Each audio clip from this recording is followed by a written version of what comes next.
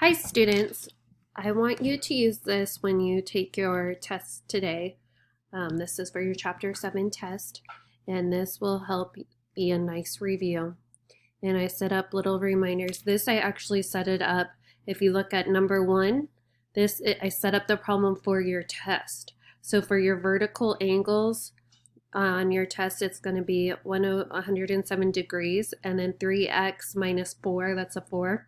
This is how you would set up the problem, and you need to solve for x.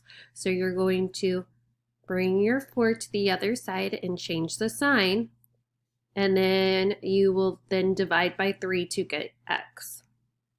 For number 2, and remember, anytime you see a box, that means that it's equal to 90 degrees. So I set this problem up. This is for number 2 on your test.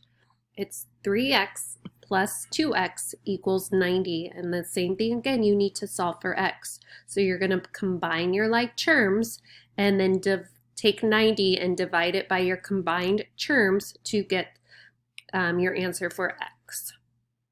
And then for number 3 is down here. You're just going to add these angles together and then identify them if they are a complementary angle or a supplementary angles. Remember, complementary angles, when they're added together, their sum, so their two parts when they're added together is 90.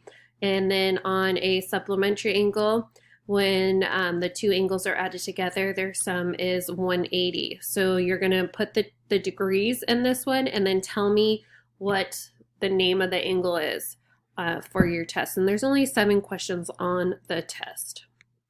And then for 5 and 6 up here, I set up these problems. You have to find the missing value or the missing degrees for x, and all of our triangles have to equal 180. So it's 180 minus 39 minus 25 is going to give you your answer for x.